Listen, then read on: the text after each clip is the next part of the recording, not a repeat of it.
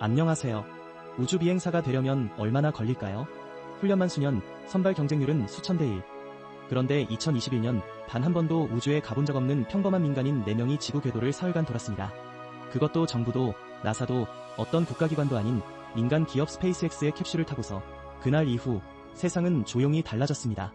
2021년 9월 15일 펠컨 9 로켓이 플로리다 케네디 우주센터의 발사대에 불을 뿜었습니다.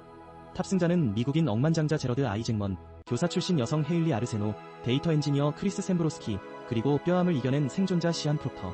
이들 중 단 한 명도 군인 출신이 아니었고 단 한 명도 정식 우주비행사 훈련을 받지 않았습니다. 이 미션의 이름은 인스피레이션 4분. 말 그대로 영감을 주기 위한 비행이었습니다. 그런데 말이죠. 이 발사가 단순한 억만장자의 취미 여행이 아니었다는 걸 아는 사람은 많지 않습니다. 시간을 조금 되돌려봐야 합니다. 스페이스X가 드래곤 캡슐, 즉 사람을 태우는 우주선을 처음 개발하겠다고 나섰을 때 항공우주 전문가들 대부분은 비웃었습니다. 민간 기업이 사람을 우주에 보낸다는 건 마치 동네 자동차 수리점이 전투기를 만들겠다는 말처럼 들렸으니까요.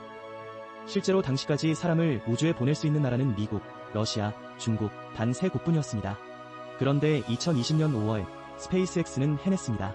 크루드래곤 캡슐이 나사 우주비행사 2명을 태우고 국제우주정거장 ISS에 도킹하는 데 성공한 겁니다. 이건 단순한 성공이 아니었습니다. 미국은 2011년 우주왕복선 프로그램을 끝낸 뒤 무려 9년간 자국 우주비행사를 러시아 소유즈 로켓에 실어 보내야 했습니다. 1인당 비용은 약 900억 원. 스페이스X의 성공은 미국이 9년 만에 자국 땅에서 자국 로켓으로 자국 우주비행사를 보내는 날을 만들어낸 사건이었습니다.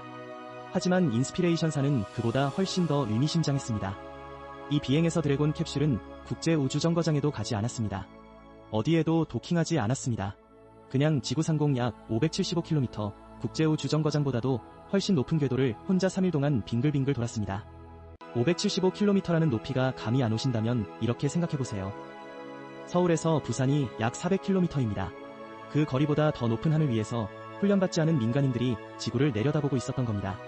놀랍게도 그 캡슐에는 특별한 창문이 하나 설치되어 있었습니다. 기존에 도킹포트가 있던 자리를 통유리 돔으로 교체한 것입니다. 탑승자들은 그 투명한 돔을 통해 아무것도 가리지 않은 지구를 맨눈으로 바라볼 수 있었습니다. 우주에서 지구를 그렇게 본 민간인은 역사상 그게 처음이었습니다. 여기서 반전이 있습니다. 미국 정부는 이 장면을 보고 박수를 치지 않았습니다. 오히려 내부적으로 매우 불편한 질문들과 마주해야 했습니다. 나사가 수십 년 동안 독점해온 누가 우주에 갈 수 있는가라는 질문의 답이 이제 민간 시장으로 넘어가기 시작했다는 신호였으니까요. 실제로 인스피레이션4 이후 미국 의회에서는 민간 우주비행 규제를 강화해야 한다는 목소리가 커졌습니다. FAA, 즉 미국 연방항공청은 스페이스X의 발사 허가 절차를 점점 더 까다롭게 만들기 시작했습니다. 스타쉽의 발사 허가가 수개월씩 지연된 것도 이 맥락과 무관하지 않습니다. 혁신을 가장 두려워하는 건 언제나 기존 시스템을 지키려는 쪽이었습니다. 그리고 나사에도 균열이 생기기 시작했습니다. 나사는 오랫동안 상업크루 프로그램, 즉 민간 기업에게 우주수송을 맡기는 계획을 운영해왔습니다. 스페이스X의 드래곤 외에 보잉의 스타라이너도 이 프로그램에 포함되어 있었습니다. 보잉은 스페이스X와 비슷한 시기에 계약을 맺었지만 2024년에야 겨우 첫 유인 비행을 시도했고 그마저도 우주비행사 2명을 ISS에 태워다 놓고는 안전 문제로 빈 채 귀환해야 했습니다. 그 2명의 우주비행사 부치 윌모어와 수니 윌리엄스는 원래 일주일 체류 예정이었지만 무려 9개월 이상 ISS에 머무르는 상황이 벌어졌습니다.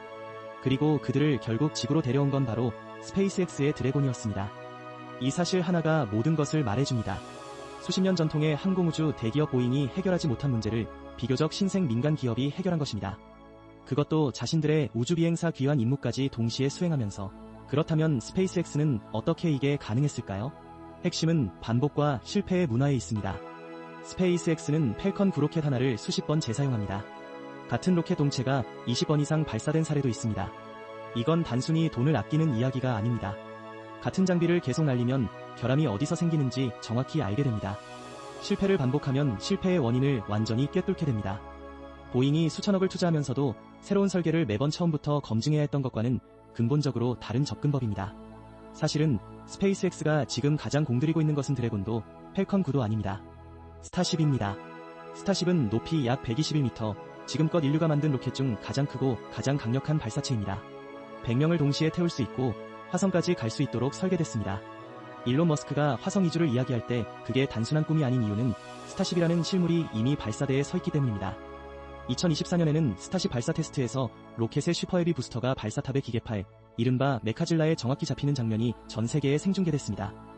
수십 층짜리 로켓을 공중에서 젓가락처럼 집어낸 것입니다. 이걸 처음 본 엔지니어들도 입을 다물지 못했습니다. 그런데 아직 풀리지 않은 질문들이 있습니다. 민간인 우주비행 시대가 열렸다는 건 동시에 누구를 보내고 누구를 보내지 않을지를 결정하는 권한도 민간 기업에게 넘어갔다는 뜻입니다. 지금은 억만장자만이 그 티켓을 살 수 있습니다. 스페이스X는 미래의 우주여행 비용을 항공권 수준으로 낮추겠다고 합니다. 하지만 그 미래가 언제인지는 아무도 모릅니다. 그리고 그 미래가 왔을 때 과연 모든 사람에게 공평하게 열릴 것인지도 아직 답이 없는 질문입니다. 화성 이주라는 더 큰 꿈도 마찬가지입니다. 스타쉽이 화성에 닿는 날, 거기서 만들어지는 새로운 사회는 어떤 규칙으로 운영될까요? 지구의 어떤 정부도 어떤 법도 그 행성에 닿지 않는다면 그 공간은 누구의 것일까요? 일론 머스크의 것일까요? 인류의 것일까요? 2021년 9월 민간인 4명이 지구를 떠났던 그 순간은 단순히 우주여행이 가능해진 날이 아니었습니다. 우주라는 공간이 국가의 손을 떠나 기업의 손으로 넘어가는 역사가 시작된 날이었습니다.